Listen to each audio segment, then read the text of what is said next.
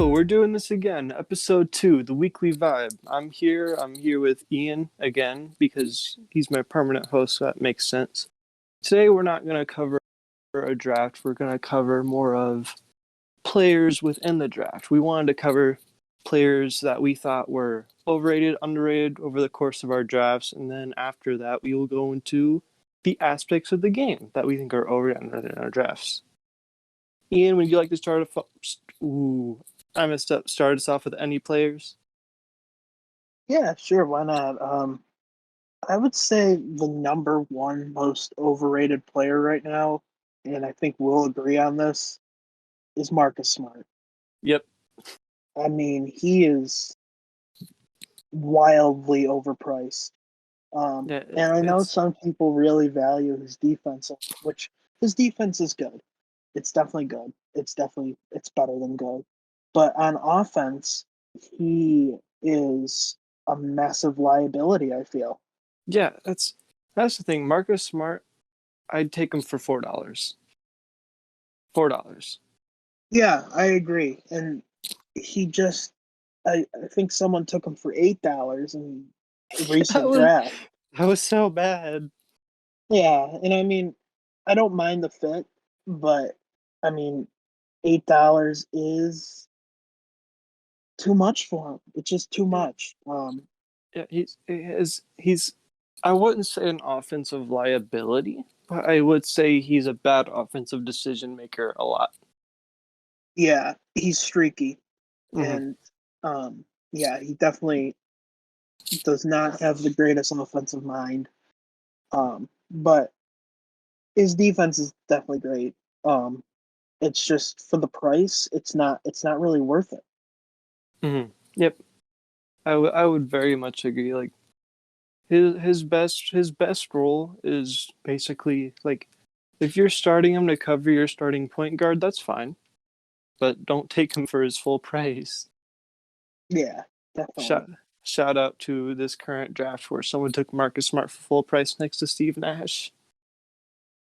I don't mind that fit. I really do like that team actually That because that it obviously, isn't. It's a nice fit. It's a waste of money. yeah, I guess so. They got Sam Jones off the bench. I don't think that didn't really affect them too much, so they got a nice shooter off the bench for Right? Smart. Yeah, that's fair. Um, Yeah, yeah, Marcus Smart. I want a name I want to throw in, considering the fact that we haven't allowed 2021 yet. Why do I don't get why Luka Doncic goes as high as he goes.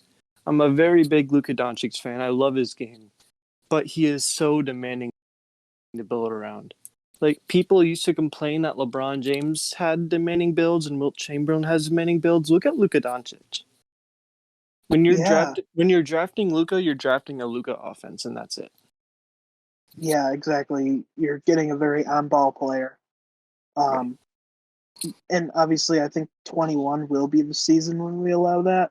Oh yeah. I don't think 20 will be the season.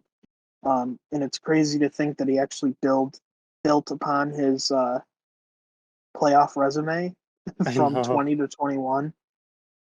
He's just incredible. But yeah, I think he should be going as high as he does um, for 1920. I mean, it's definitely a bolder take because some people will think you're just hating, but Right. I think that he should go a bit lower than his price because I feel like you're Right. kind of wasting your money.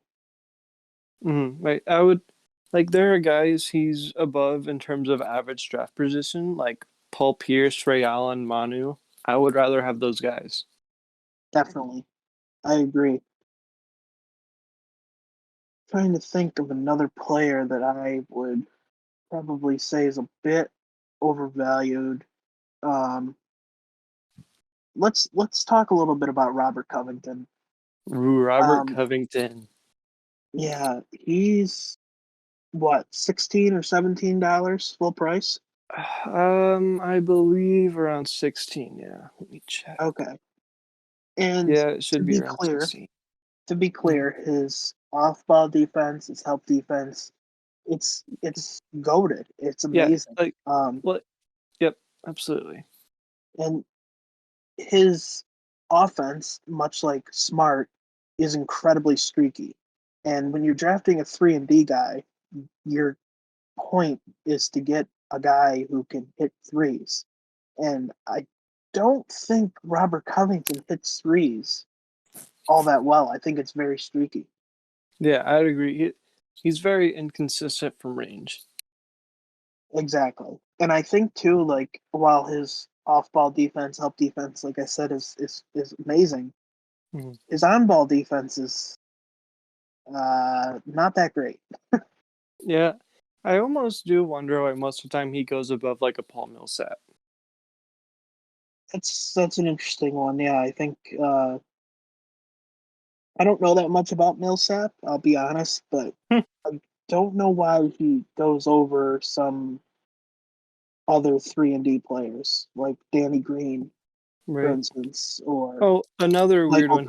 Cooper. He goes over AK-47. That's definitely interesting because based on if you look at like their peaks, I guess I would definitely take AK over him. Yep, I would rather have AK for sure. Like unless Rocco has fallen to like round 10, I'm probably not taking him in a budget. Yeah, I think somebody today took him round 10. Which So is pretty optimal in terms of spending. yeah, and they got him for $11, and that is much better. Like I Yep, would definitely take that yep. over something over a full price Covington for sure. Oh, absolutely. Do you have another player you think of? Now, a player within the server that pretty much everyone is dogpiled on. Let's get this one out of the way. Let's talk about Klay Thompson. Oh yeah, I mean every server, including Vibe, is just hating on the man. It's been E- Everyone's gone back and finally watched film and realized, oh, Klay Thompson's not a $20+ player. yeah, it's kind of crazy when you think about it that he does go for as much as he does when he's Right. clearly needs a specific build. Right. You need to be taking advantage and giving him playmakers. Like if Klay Thompson is not in an optimal situation, he's probably not worth much on offense. Yeah, I agree. Um, he's very good at hitting open threes, Mm. which I think any shooter should be good at. But when somebody's guarding him from close, I think somebody did the math from one of the from his playoff attempts. Yeah. It's not that great. He's not that Mhm. great. And when you see people listing Klay Thompson as like the second or third best shooter of all time, Right. I get a little Yeah, apprehensive when you I would just that's definitely recency bias talking. yes, absolutely. Because like it's I feel like the top three is Steph is one, and then Mhm. some mix of Ray Allen or Reggie Miller. Yep. Yep. And I would agree with that. I don't think I have Clay top five right now in Probably terms of no. shooters. I would agree. Probably not. Because Yeah. Klay Thompson, he's a phenomenal shooter, open off the dribble. But like, other than that, like his shooting game isn't. In a way, I wouldn't say his shooting game is versatile. No, it's not. It's very one dimensional. Right. Um, it's pretty much off the dribble, and Mm-hmm. he's. And I'm not gonna. I do like Clay Thompson as a player because with the Yeah. Warriors, I mean, he's obviously on an all time great team, Right. and he was perfect for that team. Just with the movement and the sheer the massive amount of spacing that team had. He was he was he fit perfectly. It's pretty much what you can say about him. Right. And besides, like even more than that, like his value is like a core 3 and D player. Like his defense is pretty overrated too. Yeah, people, and again, you mentioned this. It's recency bias, but Right. his defense is pretty overrated. Um, Yep. People just spam 3 and D, and I don't think he's the best 3 and D player out there. We were just talking Mm, about Covington nope. as a 3 and D player, but I think, and someone in another server said this too, I think I might take Battier over Clay Thompson.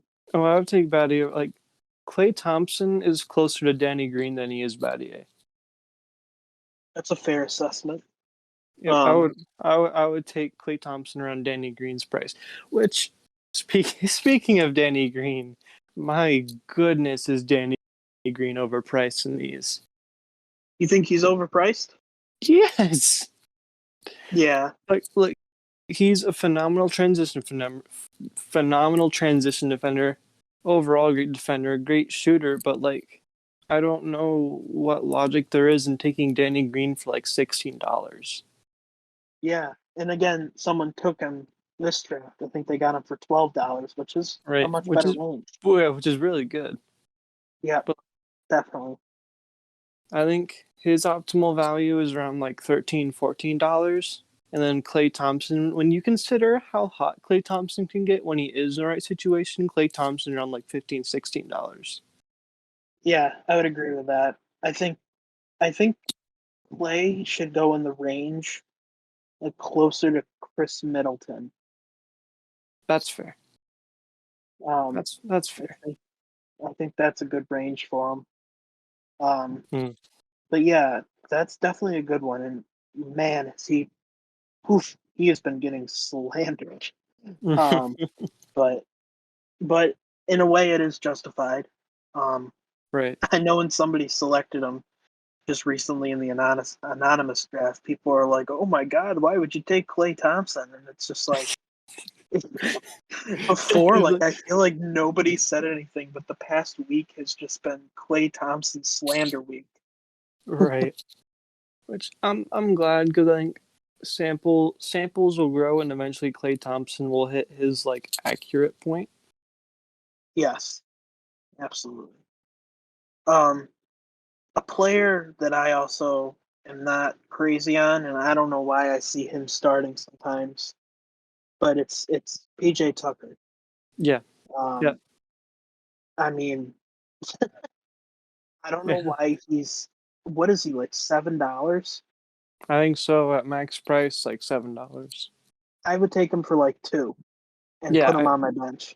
I would take PJ Tucker for $32 for sure. It's the same thing with like a Trevor Ariza. Trevor Ariza is still $5 at base. Yeah, that's kind of a lot of these players though are getting recency bias, and Oh I yeah. think like when I see teams that have like Pascal Siakam starting or um yeah like oh my god, I forgot who I was just talking about, like a PJ Tucker.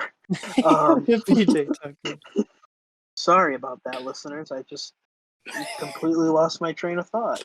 um but when I see those guys going over like a good shooting guard and like Gal Goodrich, who's only going for $1 right now, like Right. I just kind of like I cringe a little bit because it's like you're gonna take PJ Tucker, who I don't even think's a great fit pick. Hmm.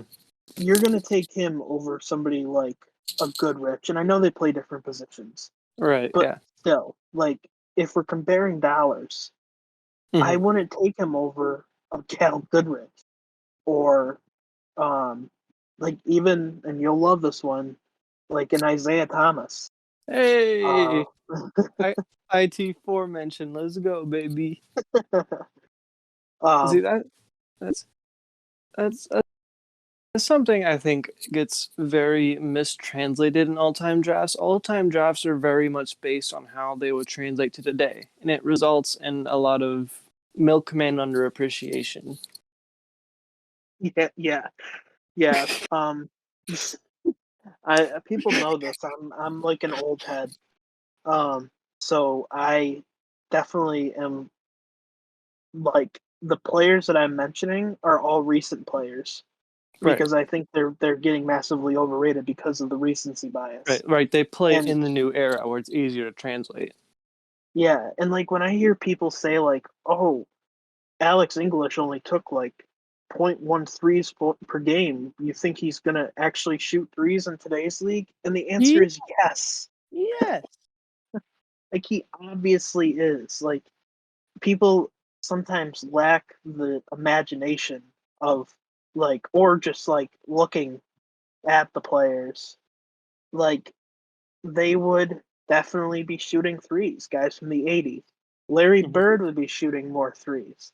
Like all these guys, their 3 point percentages, they're going Mm, to be like probably in the 35 to 40 range, but they're going to right. shoot way, way more threes than like back in the day. Like back in the Mm, day, it was just like back to the basket, you know, cuts. right. Right. The Whereas now it's like everyone spams three greater than two. right, yeah, the pacing and the system of basketball has changed a lot, and there are definitely older players who would have adjusted to that. Exactly. Yeah, I 100% agree. I think like anytime someone's like, "Well, relative to this era," I just kind of like stop listening because like it it doesn't make a lot of sense to me. And the point Right. of this is like it's an all-time draft. It's not like pick Right. 2010 players just because Right. oh, we know how they played in this era. Like the Right. point Like, is to get creative. exactly. It's like I love like seeing like a common duo between like a newer player and an older player that makes like perfect sense. Yeah, exactly. Like even though it gets boring text a lot, a Steve Nash and a Sean Kemp is really cool to think about in terms of how it would function. Oh, I know. It's like, oh man, yeah, it would be pretty cool. It is overplayed, but Very it makes much so. sense. Mhm. Like it's hard to um not draft that duo because it just works so well because we know Right. that Nash and Amari were like extremely effective at Right. um how they function. So yeah, I think that definitely PJ Tucker is getting too much love from these servers, and I think he needs to go for a lot less Yep. because there's players that are better than him that do this Oh, exact same thing. absolutely. You got another player you can think of? In terms of overrated players, I'm not very sure. Let me see what I can remember. I know I know you wanted to talk about Pascal Siakam, was it? Yeah, yeah. Siakam, I just think he it's again like I feel like I'm repeating myself 100 times, but it's the recency bias. Right. Um, I think that certain players would expose him on defense. Yeah, that's Um, fair. and I think that like um, I he's obviously like a decent enough spacer, which is Hmm. why I think people take him to put him at Right. the floor. And the season that they take him, for people that don't know, they don't take his 20 season. Right, which Um, is a they pretty good thing. Yeah, it is because his 19 season was really good, and he was good in the playoffs too Right. for a good chunk of them. Um, Right. he actually he probably won the final game for them. He was incredible in I think what was it, game 6 Hmm. in 2019? I think it was. I think he had like 32, and Hmm. he was obviously very effective. But I don't see how he can be a starter when you can get guys like you know uh like a um like a Kiki Vandaway for five Hmm. dollars. Yeah. Who by the way would shoot threes today, people. Yeah, Um, very easily. he's an all-time great shooter for sure. Um, but yeah, you get a guy like Kiki who spaces the floor well, is an elite scorer. Obviously, his defense isn't that good, but there's so many centers in these drafts that can cover for somebody like him Mm, that I think that makes him more valuable. And he's super cheap. For $5 or $6, he's really a good value. You could start him in mm, any lineup. Um, I might take like a Luol Deng over Pascal Siakam. probably. Uh, you know, uh, hmm. Would you take Josh Smith over Pascal Siakam? Mm, that's a good question. Because I think Smith's defense is incredibly valuable. He's just boneheaded on the offensive end. Yeah, yeah, that's the thing. I don't know. That's an interesting take. That's an interesting take. Josh Smith over Pascal Siakam. I'll have to think on that one. I'll have to think on that one. I'm not sure yet. Yeah, and I think too, like, um, again, it's just the guys who are most recent in terms Mm, of playing. They get the love more, and I see a right. lot of people like building teams now that are just somebody in this recent anonymous draft Mm. literally drafted all current players except for Clifford Robinson. I They know. all currently play. And I'm just kind of like, that's just not exciting to me. Like, when I'm Right. looking at teams, I'm looking for like something unique. And I know boring tax, like, that's just dumb. But like, I would definitely want to see something a bit more creative than Right. just a, a 2021 players draft. Right. Like we have to edit the team in when we get there. But shout out to these Memphis Grizzlies. Mike Conley, Devin Booker, Jimmy Butler, Anthony Davis, and Al Horford is your starting lineup. My I don't goodness. think it's necessarily a bad team. Oh, it's not. Not at all. It's just, I don't know. I just, I would like to see a little Yeah, creativity there. me Um, too. Let me ask you a question here now. Okay. How do you Okay. feel about Robert Horry? Yeah, he's overpriced. Think Yeah, like I think his defense is overvalued, and I think his value as like an extra secondary passer is also overvalued. yeah, absolutely. And I'm not saying this because I'm a sad Kings fan, Yeah. but he definitely is like when the Wizards drafted Horry after just drafting like Rick Barry and they had Mark Price, Eddie Jones, Right.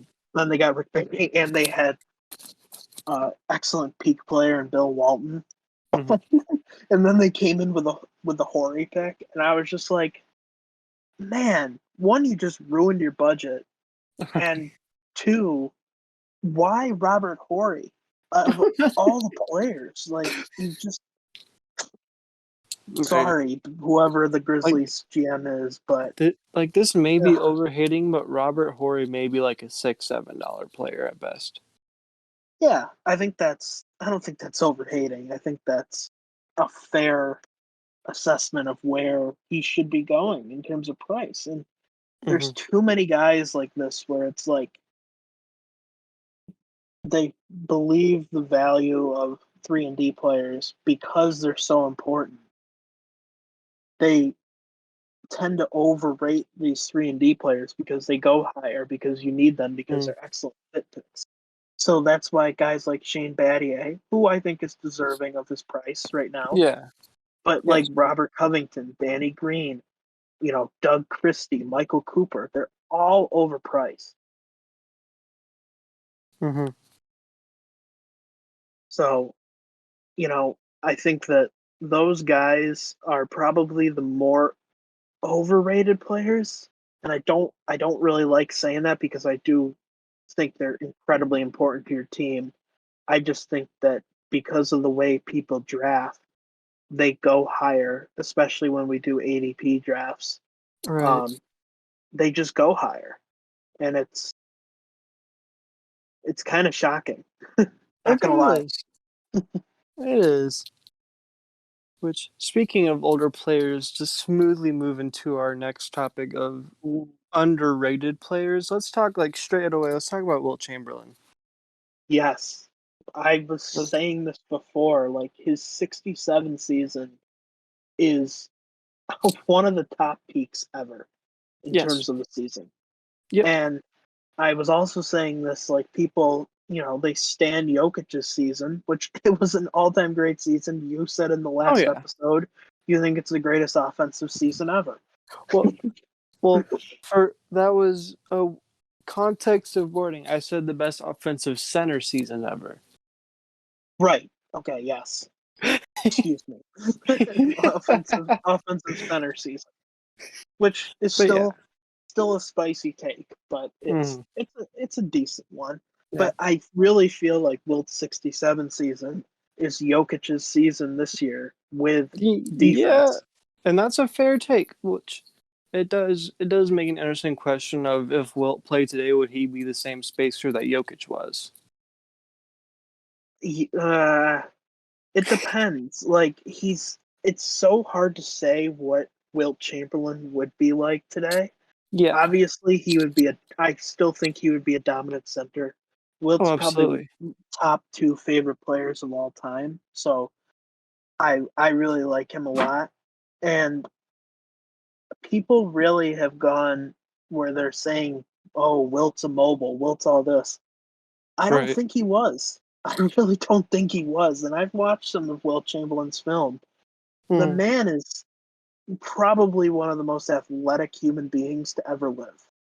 And he's so like I remember it's gonna sound ironic, but shout out to Milt Chamberlain, the user on yeah. these Yeah. Shout out Milt.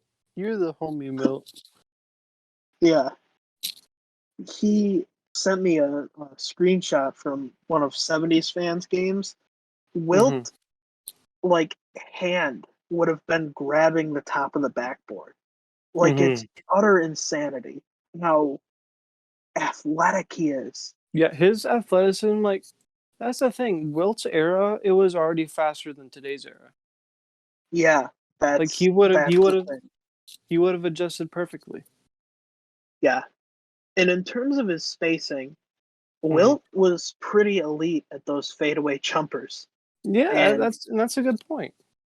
I think that is something that people should look at and be like, "Hmm, maybe he would be Like, like a bit better spacer today than he would be then." Because obviously then it's not like you really needed it's not like right, spacing was exactly like the thing they were worrying about.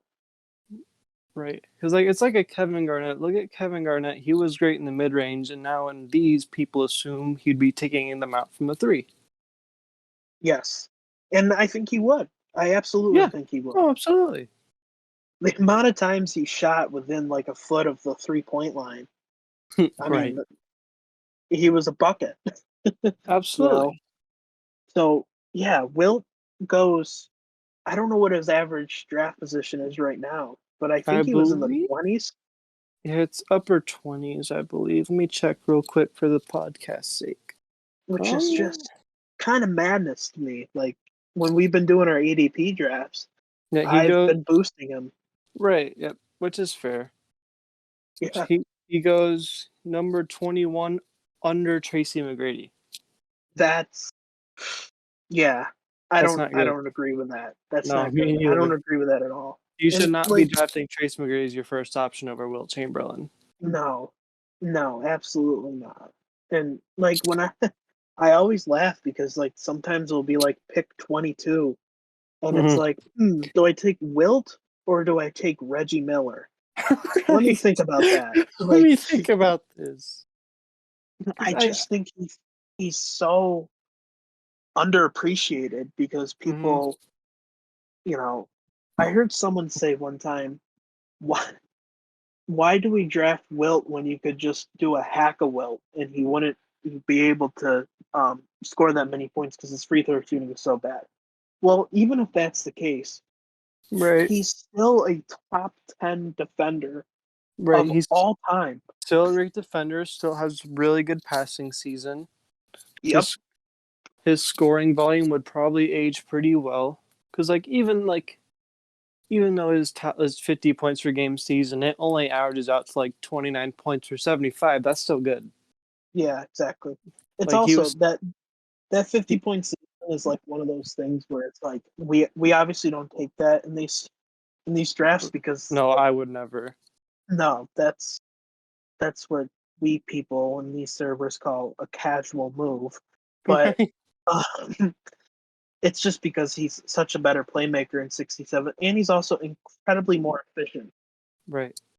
Yeah, 67 will is just like the move. Like that's obviously his peak in terms of basketball performance. Exactly. And he obviously that season he found the right coach for him. Obviously, he Wilt went through coaches at an insane rate.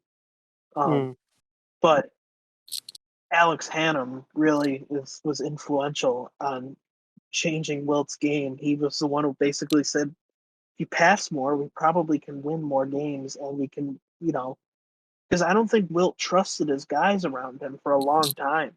right. And once he learned to trust them, they won the championship. So, Right. it's just like it's madness. I Right. think he's going too low. I think Bill Russell goes too low. Yeah. I do I not mean, we're talking, understand like right, a Bill Russell who's the clear goat defender and a goat tier rebounder who's just like he elevates a team just by existing how he goes as low as he does. yeah, and he's so versatile on defense too, just Right. because he's another like freak athlete of all time. Hmm. And like, yeah, he's just like And in Bill terms Russell of like, himself, like he was a good passer too. Bill Russell was a pretty good passer if I remember yeah, right. yeah, exactly. He was, and obviously his offensive game in terms of scoring was a bit wonky, Right. but he still had such a huge impact. Um, that I would take him a lot higher than he goes. And Cardiac, if you're listening, keep boosting him. Yeah. Keep boosting him. He's great. Yep. Absolutely. Absolutely. Yep. Wilton, Bill Russell, some good names to start. I definitely think somebody who's incredibly underrated in these is Elgin Baylor. Yes. Like, I Yep. feel like the disrespect that Elgin Baylor gets in these, like, I feel for him, if he was in these all-time drafts. By the way, rest in peace to Elgin Baylor. But Hmm. getting for $3 is such a steal, and It have him really come off the is. bench. Like during the '60s and I think part of the '70s, you Hmm. know, he was probably a top 4 or 5 player in the league at that point. Yeah. So like, I don't really understand it, to be quite Yeah. honest with you. I don't understand why he goes so low. And his game is portable too. Like you can move him off the ball and he still scores effectively. Exactly. He's just an all-time great player. I Right? Like think in terms of like if we look at all-time players, he's to me he's clearly top 40. yeah. So it's kind of shocking to me to see how low some of these guys go. Another name is Elvin Hayes. I think he goes too low. Elvin Um, Hayes is more interesting because you have the whole argument behind Elvin Hayes that he just like stinks at moving the ball or leading a team offense. yeah. How do you feel about the black hole argument towards Elvin Hayes? Well, I think that in a way it is justified, Yeah. but Elvin Hayes does a lot more than just score. Right. Um, he's a great rebounder. Um, he's also a pretty good defender. Um, Mm. I just think that you know if we're gonna talk about black holes, like I mean, his teammate Moses Malone is a big black hole too. He goes Mm. for a lot more, and I think in Right. terms of careers, I don't think Elvin Hayes really gets the respect he deserves because he's he's still a good he's still an all-time great player. Right, I kind of get a little shocked when I see, again, let me just throw a name out there, PJ Tucker going for $7 right, and yeah, Elvin Hayes going for like 2. It just right. doesn't make sense to me.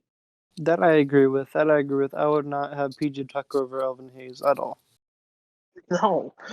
It's just, and again, it's because of fit and because of recency bias. Hmm. It's just the way it is. And I don't know Right. how much that will change, if at all. Mm, Um, but yeah, Elvin definitely hasn't been getting enough love. I think he's a good bench piece, mm, at the center or power forward position. Just because he's a really good defender too. Um, right. but people gonna hate. So, do you have Pretty much. another player do you think All is right. way too So underrated? just to juice my agenda here, I'd like to talk about IT4. Interesting. We'll have a I like nice smooth transition into my next player then too. because like I don't understand how I get playmaking. Like I love playmaking, but Trey Young going for like $7 and Isaiah Thomas going for 3 doesn't make any sense. Yeah, I Uh, I can get behind that. Because like even though Isaiah Thomas is more of a neutral passer, neutral playmaker, he has one of the best shot creation seasons ever. Like Yeah, I don't think I can disagree with that.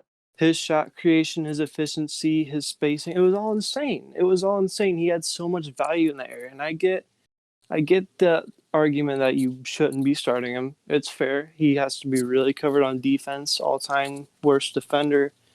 But he should be considered way more of a high tier six man in these. Yeah, and I think you can start him with the right lineup. Yeah, Like I think absolutely. you absolutely can. Um, but yeah, he is definitely undervalued, and I think a lot of that has to do with his height. Right. Like his height, his defense, which I totally get. He translates very, very, very, very, very, very bad in terms of defense and height in these. But you're still getting all time shot creation peak, all time scoring peak, just overall like a phenomenal offensive peak. And I think you can't like discount him again.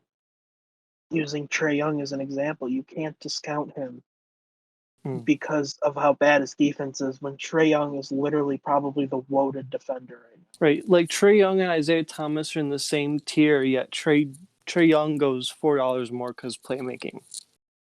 Yeah, which It, again, we'll probably touch on this later. right. Playmaking obviously is something that's very important. Yeah. Um, Playmaking is very important, but for Isaiah Thomas, who is still at least very neutral in that area, he should be like a $5 player. yeah, I can see that. I think he's a great bench piece. I've really grown on him and Lou Hudson, Mm. as potential super six men, even borderline starter. I think I've started Lou Hudson before. I know in your first ever draft, you started Lou Hudson.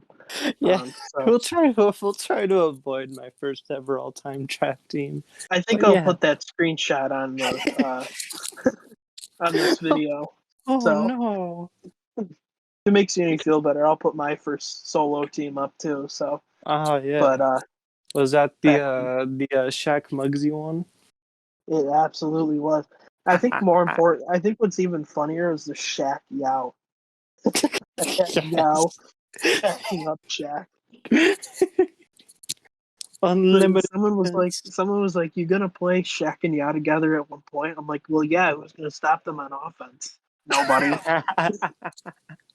Each other. Now, now I'm like, "Oh man, why would I ever do that?" But anyways, you were talking about Isaiah Thomas, IT4.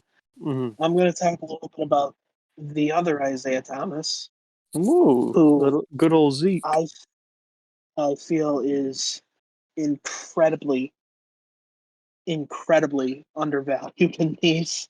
Yeah. Um, I think people look at his bad boy years, which I think put a stain on his resume, which is just really dumb in my opinion because they were an all-time great team. Mm. But he is so he's so talented, and I think his he has shot chucking tendencies, but his playmaking is incredibly good. Yeah. Um, and I think that's like something that's like should be noted Mm. is how good of a playmaker he was. Yeah, I feel like And he gets very undervoted for sure. yeah, people's like I feel like people like actually like tax him. Mm. And I think a lot of that may have to do with his attitude. And I think that that's just, I mean, people draft Dennis Rodman no problem, and you don't think there's going to be an attitude problem there. Right. Kind of like remember from the Last Dance where it was like, well, where's Dennis? Oh, I think he went to Vegas. Like, come on, like, Right. like I feel like Zeke definitely gets taxed and he gets hated on. Yeah. When in actuality he's an all-time great point guard, and you know, seeing him go for like a base price of $11, I just again Yeah. feels disrespectful to Yeah. an all-time great player. Um, and in the playoffs too, he's also pretty good. So I think that Mm. he's definitely somebody that is worth the pick.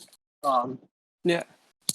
I actually almost picked Isaiah Thomas in the current draft. We just had the anonymous one, but Hmm. I ended up deciding against it because it would have been a funky fit. Is Yeah. That's fair. there another player you can think of? I got a couple more that I'll glance over. Uh, for me, I don't really think so. You can go ahead and finish up with yours and we'll move on to our next topic. Yeah, absolutely. So I think that like somebody who is the perfect fit. Um, Obviously he was on an all-time great team with Mm. Magic and Kareem. I think it's James Worthy. I think Yeah. James Worthy can just slide into that small forward position in any lineup, and he's going to work. Right. Um, I think he's just really undervalued. And Yeah. would you take Clay Thompson over James Worthy? That's a really good question. I don't know. I Um, think I would. I think, and that might be a spicy take, but I probably would take James Worthy over him because James Worthy's one. I mean, his playoff performances are in his name. You know, big game James, right. and I think that he's an all time fit guy, and he's a great cutter. He's a pretty good defender. You know, I think he should be going for more than he does. Yeah, I agree. James Worthy he's definitely underappreciated. He's definitely undervalued. Yeah, And go ahead. I agree with your point. Like he's super fittable. Like you can put him into a lot of lineups and he functions just fine. It should be Absolutely, something that boosts his value more. exactly. Um, and then the other guy I have on here who goes, I think, for way too low. Mm, And I think it's probably because of his defense, but it's Amari Stoudemire. yeah, Um, his offensive game is elite. Um, and again, it's the defensive issue, but I mean, you find any pick and roll style point guard, Amari's gonna work. yeah, Um, and getting him for like $4 right now is such a steal. I feel. yeah.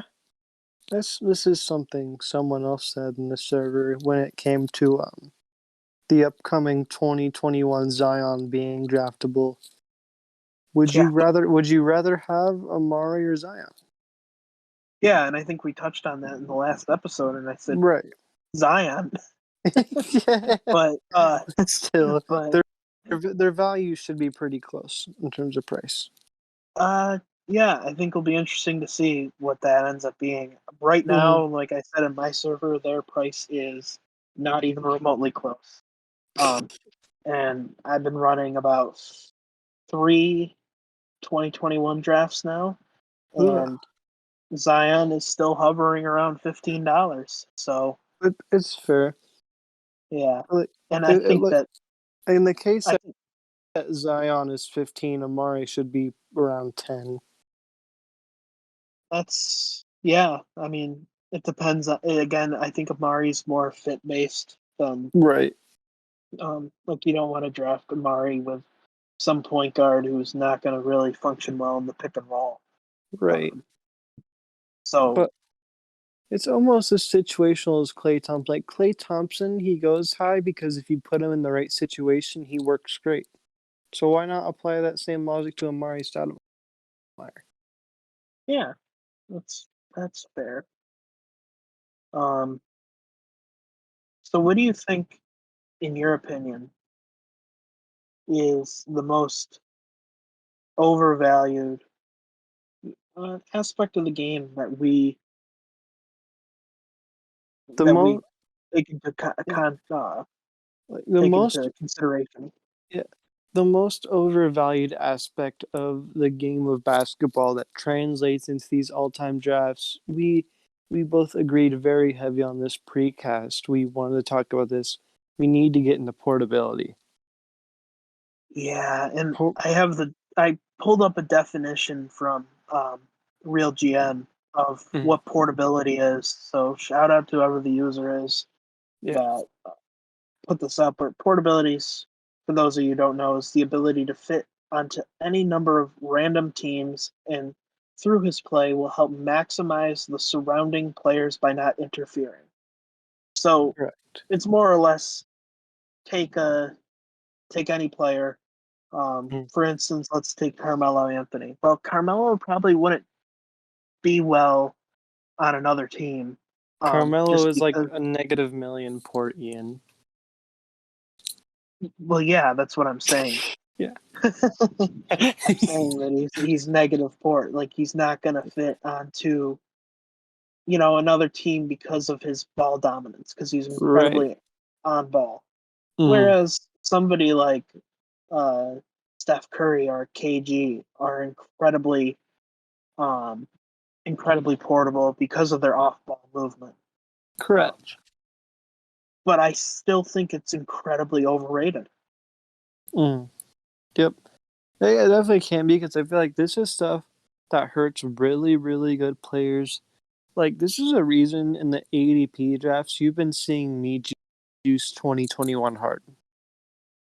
Yeah, This is the best case of him proving that he's a portable player. and yet some of these statisticians are saying that he's still not portable. And Right. when I see he Right. has Like negative port after the season he just had, it boggles my mind. right. And like I get the argument that because now he's in a better situation, so he's gonna play better spacing. I don't care. He upscaled his playmaking by a ton. Like Yeah, he he he was. he upscaled even though it was still not good. I won't say it was good, but he showed more off ball play. He play made more. Like it was generally just really good proof that Harden can be a player that elevates your ceiling. Exactly.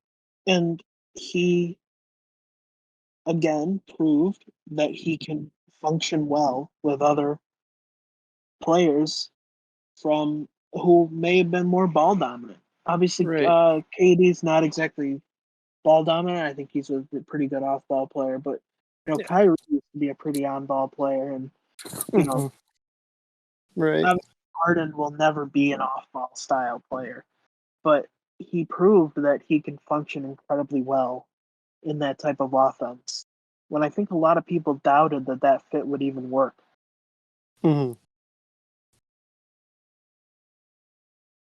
So yeah, I think definitely portability is something that we got to take a little bit of a step back from in terms of valuing a team. Right. It's Right. not an individual sport.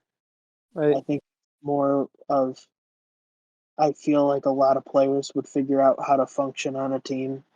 Right. It's the same thing that I think hurts Wilt Chamberlain in his voting. Yes, Like a lot of people just see Wilt Chamberlain and go, whenever he touches ball more, team offenses go down. This means he can never be portable no matter what. Like, no, that's not true. exactly. It's it's it's just crazy to me how much people take into account some of these stats that I don't think are necessarily proven to Right. be effective. Right. I don't know.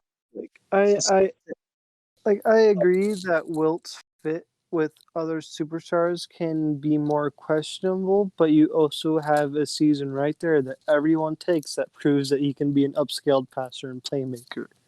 So, exactly. right, like Wilt Chamberlain in '67, he should be a top 15 picked player, easy. Yeah. Yep. I agree with that 100%. It's just it's a little mind boggling, but Yeah. and I think that going off of Wilt and Harden's season in terms of their playmaking, I think that's an incredibly undervalued stat in Mm, or how we value teams today. I, right. for one, when I'm building my team, I try to have as many playmakers as I possibly can because I think it translates well to ball movement and Mm, to just overall really good right. team play. Right. That is the number one thing you'll see me juicing when it comes to like certain players is I love having a season where the playmaking just shoots up. Yes. Yep. Like I think that that's I why I agree. take a 2021 Harden, like because it's his best playmaking season by miles. Exactly. And like even taking like a 21 Luca, where I think his playmaking was even better this year. Yep, yep. I It's think probably a top 10 playmaking peak. yeah, definitely agree. Um, and same thing with Wilt. You know, I mean, his playmaking shot through the roof into 67. Um, and he was just incredibly effective. Um, yeah, I'm looking at the stats now. Wilt in 65 averaged 3.4 assists. Mm, 66 went to 5.2, and then 67 he jumped up to 7.8. yeah, Um, and it was just so much more of an effective season all around. And he was a good scorer, which takes that part of playmaking is being able to score. So right. I really like the I really like valuing playmaking teams. Yeah, That's who I tend to value more when I'm right. looking at teams. Hmm. And I built a team. I remember on another server we had a challenge. It was an objective draft challenge, and Mm, I think I had to draft at least 4 or 5 guys um, that had over 4.5 assists per game. mm, So I think I nabbed, or no, I think it was four. So I had Doug Christie, Michael Jordan, Eddie Jones, Connie Hawkins, and Joakim Noah. And I mm. think that ball movement on that team would have been Nuts. nuts. Yeah. Mm, So I think that I definitely value playmaking so much more than I think other people do. yeah, yeah. That's like that would definitely be the general like agreed consensus on like the underrated aspect of the game is that some like high tier playmakers don't get the respect they deserve at all. Exactly. I totally agree. Um, and that's a shame, but It very I much think is. hopefully this podcast becomes a propaganda tool and people It start probably drafting how we will. want them to. So if you're listening, start drafting how we want you to, and we'll vote you higher. So Correct. simple as that. Mm, Just kidding. Um, like it's weird. It's just very weird how some like top tier playmakers just aren't treated as well as they should be. Wilt yeah, Harden, like yeah, the only like top playmaker I'll give flack to is a guy like Aluka, to where his playmaking is mostly off of him being like your offensive centerpiece. Yeah, yeah, I can agree with that. Right? Like it's why I'm like it's why I'm half and half on a guy like a Ben Simmons. Like his playmaking is still there, but it's very one dimensional playmaking. So, sorry, I was laughing about Ben Simmons, but yes, We all laugh about Ben Simmons nowadays. he obviously was atrocious in Yeah. the playoffs. So, but yeah, I agree with that. Um, you have another stat you think's undervalued or type of play And style? another like let's see, another play style or play value that's underrated. Mm, I think in general, what actual spacing is. People see Yeah, three-point percentages and they just assume that it's good spacing. that's not true at all. You got to be able to differentiate between a good spacer who shoots threes and somebody who just shoots threes. Right. Right. And that's the thing. Like, there are some people who draft a couple of good shooters and it's like, yeah, I just built a good a good spacing team. Like, no, not how that works.